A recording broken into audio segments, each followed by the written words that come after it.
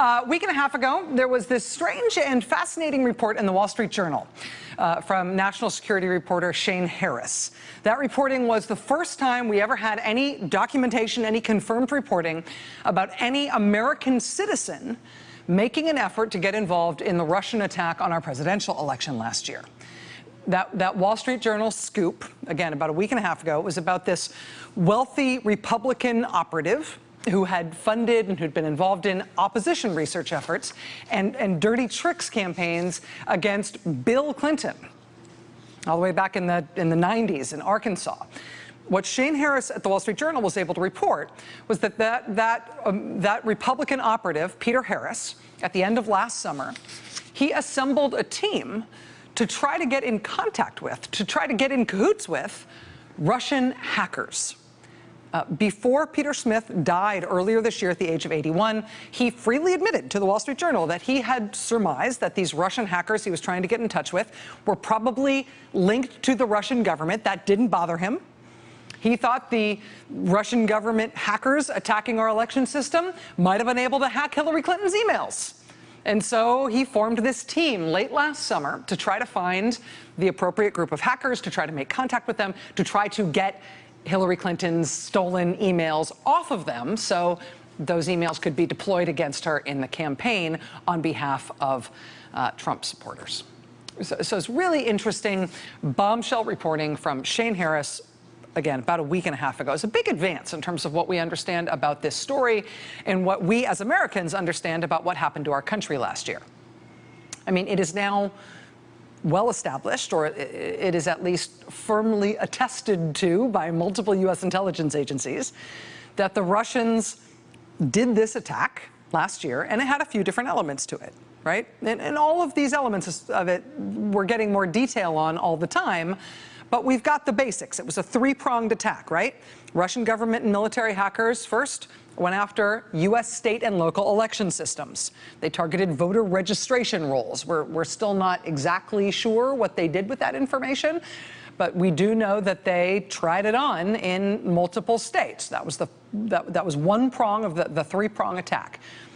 Second prong was a sophisticated, intensive propaganda effort, largely using social media, but also using Russian state-controlled traditional media outlets like RT and Sputnik.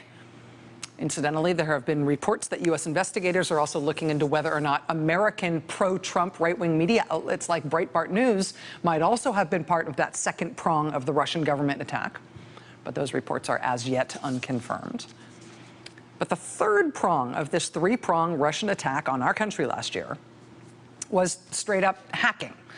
The Russians hacked into American political organizations, notably including the Democratic National Committee and the Hillary Clinton campaign. They stole data from those sources, and then they strategically fed that information back into the United States to try to inflict maximum political damage on Hillary Clinton and, not incidentally, to help Donald Trump win the presidency. So we know about that three-pronged Russian attack, and that reporting from the Wall Street Journal a week and a half ago was a really significant advance to understanding what happened, because for the first time in that Wall Street Journal report, we had news that American citizens tried to participate in one prong of that Russian attack. American citizens tried to participate in the third prong, that hacking part. They tried to obtain some of the Hillary Clinton materials they believed the Russians had hacked and stolen because they wanted to use them for political effect on behalf of Donald Trump. Now, in addition to advancing the story in that way, advancing our understanding of what happened, there were two big specific revelations in that Wall Street Journal reporting that really brought that story to the doorstep of the White House.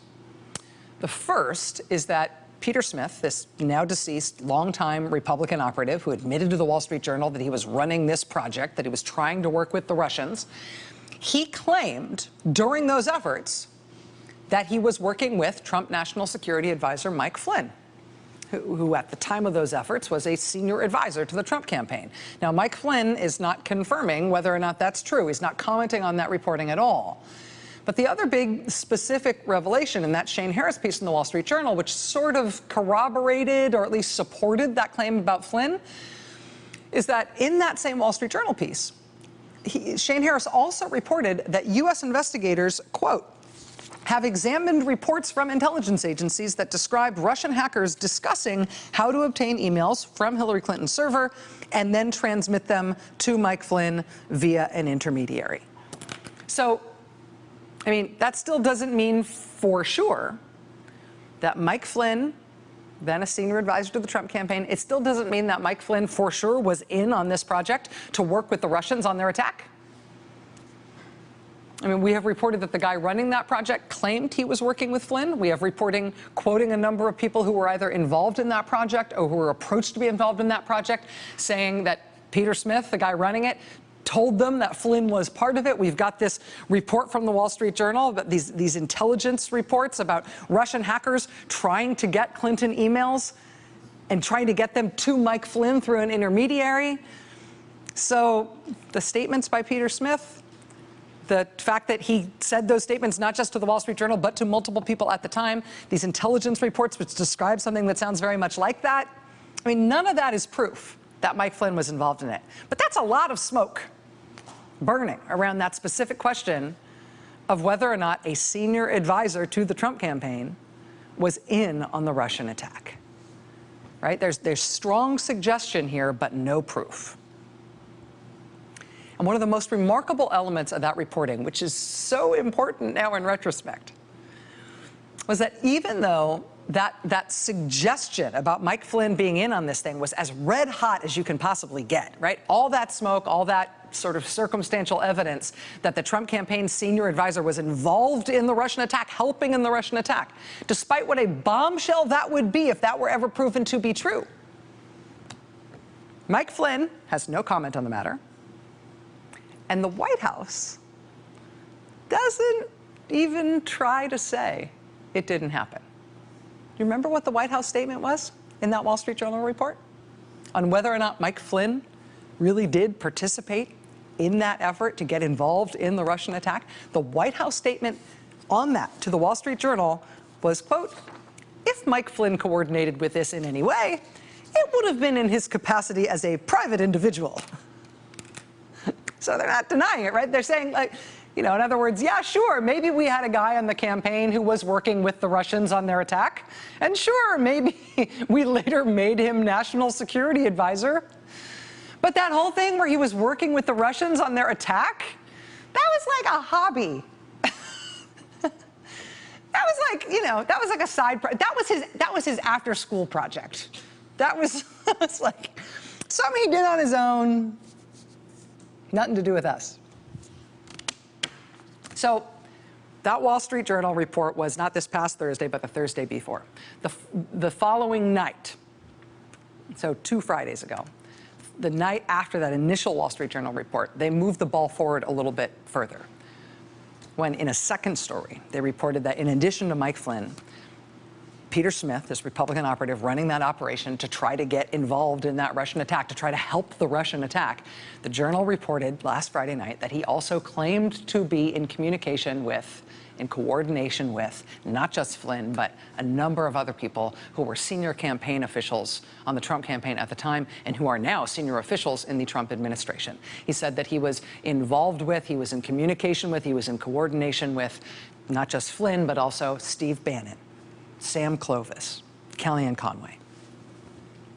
So that was reporting on 2 subsequent nights from the Wall Street Journal. And all of that was incredibly dangerous reporting for the Trump campaign and the Trump administration, right? Evidence that there were Americans involved in trying to help Russia attack the United States. And that American effort was admittedly led by a Trump supporter who said at the time, who admitted openly, who bragged about the fact that he was working directly with the Trump campaign, right? At least he was working directly with Mike Flynn and these other folks. He was at least in communication and coordination with them to some extent, right? That is very dangerous stuff for the Trump campaign and obviously for the Trump administration. But as worried as the Trump folks must have been by that report, I think the comfort they could take was that there was no definitive proof that the Trump campaign was involved, right? maybe looks like there's a lot of suggestion that Flynn was involved. Certainly the guy running it said other Trump campaign people were involved, but that's not proof.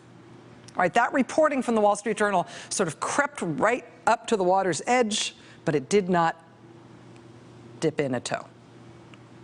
That was the status of this story before this weekend. And then this weekend, cannonball. The New York Times reporting this weekend follows that initial Wall Street Journal report. It is now the second documented, confirmed report of Americans participating knowingly in the Russian effort to affect our election. This time, the incident occurs 2 months earlier than that effort convened by Republican operative Peter Smith. That was reported in the Wall Street Journal. And this time, it is not someone who is acting as a Trump supporter. It's not somebody who is acting in, adjunct to the Trump campaign and in support of the Trump campaign. It's now no longer someone who says he knows people and is maybe working with people on the Trump campaign. No, this time, it's the Trump campaign itself at the highest level.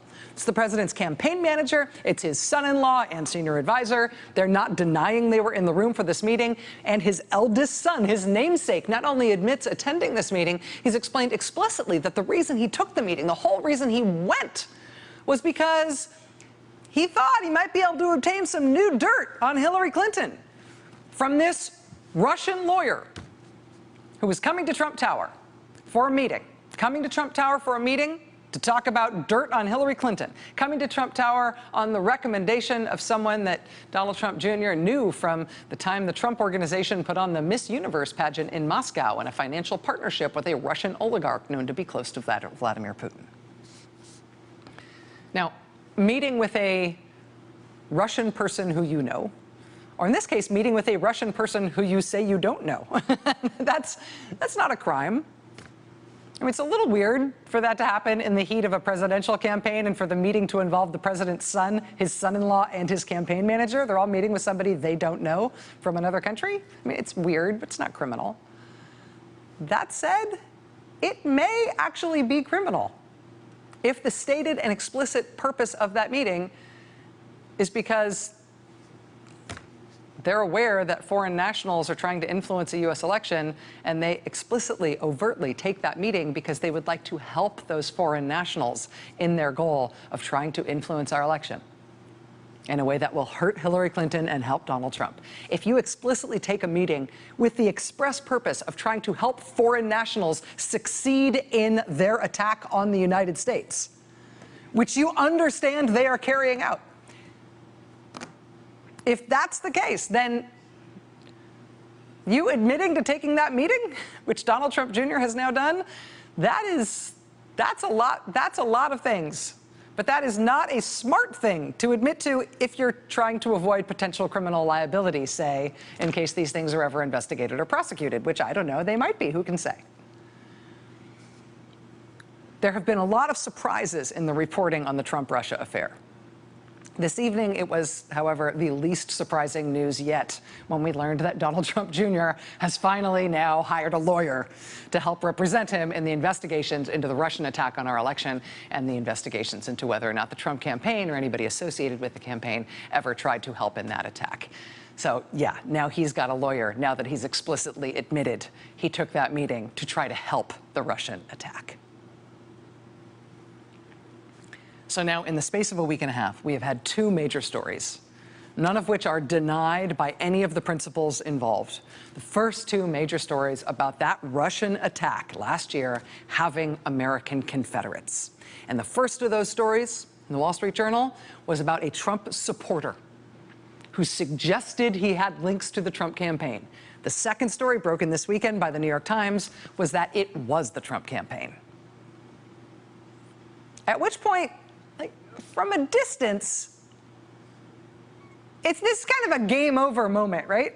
At the beginning of the scandal, this is what everybody was wondering about. Might something like this have happened? Could something like this ever be proved? Is it really possible something like this could have happened? Now that it's upon us, though, it's interesting that they're really not denying that it happened. I mean, I think in both of these instances, both the Wall Street Journal story and the New York Times story, the reporting is so good that they can't really deny that it happened. Instead, their defense, I guess, has to be, yeah, it happened, but so what? I mean, with reporting this good, the Trump campaign defense, the White House defense, basically has to be that, yeah, this stuff happened, but there's nothing wrong with what they did. They're not embarrassed by it. This behavior is totally fine. All these meetings with Russians and contacts with Russians throughout the campaign, nothing to be embarrassed about. They're totally on the up and up. The problem with that as their defense is that if that were the case, you would expect them to have been totally upfront about all of their Russian meetings, all of their Russian contacts from the very beginning. Are there any ties between Mr. Trump, you or your campaign, and Putin and his regime? No, there are not. It's absurd, and there's no basis to it. Did anyone involved in the Trump campaign have any contact with Russians trying to meddle with the election? Absolutely not. I'm asking you a direct question. Was there any contact in any way between Trump or his associates and the Kremlin or cutouts they had? I joined this campaign in the summer, and I can tell you that all the contact by the Trump campaign and associates was with the American people. Whether there were any contacts, sir, I'm just trying to get an answer. Yeah, of course not. Why would there be any contacts? I did not have communications with the Russians, and I'm unable to comment on it. Did any advisor or anybody in the Trump campaign have any contact with the Russians who were trying to meddle in the election? Oh, of course not. Can you say whether you are aware that anyone who advised your campaign had contacts with Russia during the course of the election? Well, I told you, General Flynn obviously was dealing, so that's one person, but he was dealing as he should have been. During the election? No, nobody that I know of. Those conversations never happened. I hear people saying it like it's a fact on television. That is just not only inaccurate and false, but it's dangerous. Does the president-elect... And it does undermine our democracy. What's that about undermining our democracy? This latest reporting about a Kremlin-linked lawyer meeting during the campaign with Jared Kushner and Donald Trump Jr. and Paul Manafort. This is, on the one hand, just the latest in what is now an incredibly long string of meetings and contacts between people in the Trump campaign and Russian officials during the campaign and during the transition, meetings that were all denied, none of which were initially disclosed until the press figured them out one by one, and then, oh yeah, one by one, they've admitted to each of them one by one. Oh yeah, I forgot that one too. Oh yeah, I forgot that one too. But in addition to that, this new reporting really does include an explicit admission from the president's son, who was acting as a campaign official, that when the Trump campaign learned that Russians had launched a hacking attack against the United States to try to influence the outcome of our election, the Trump campaign response to that at the highest levels was, how can we get in on that? To see what the Trump campaign might be able to get out of that sweet, sweet foreign attack on the United States. At the beginning of this saga, there were so many mysteries, so many intriguing questions that we now have answers to. We now have answers to what were kind of the worst and most damning of those questions. We knew about the Russian attack. We knew the Trump campaign was denying any contacts with Russians. There was this interesting question as to whether or not it was possible that any American, let alone anybody connected to the Trump campaign, might have been aware of, let alone involved with, let alone supportive of that Russian attack. We've now got answers to those questions. And honestly, it is now, therefore, no longer a question of whether they did it. It's just a question of what's going to happen now that we know that, now that they are admitting it. And let me add this, just within the last couple of minutes, and we're going to have more on this in just a second, just in the last couple of minutes, the New York Times has published an addendum to this story. I'm just going to read you the lead of this, okay? Just to put the cherry on top of this. Before arranging a meeting with a Kremlin-connected Russian lawyer he believed would offer him compromising information about Hillary Clinton, Donald Trump Jr. was informed in an email that the material he was going to get about Hillary Clinton was part of a Russian government effort to aid his father's candidacy. The email to the younger Mr. Trump was sent by Rob Goldstone, who helped broker that June 2016 meeting. Mr. Goldstone's message, as described to the New York Times by 3 people, indicates explicitly that the Russian government was the source of the potentially damaging information. So ahead of that meeting, they knew it was the Russian government. Ahead of that meeting, the president's son, according to this new reporting, was informed, hey, the Russian government has dirt on Hillary Clinton. And apparently the response to that was,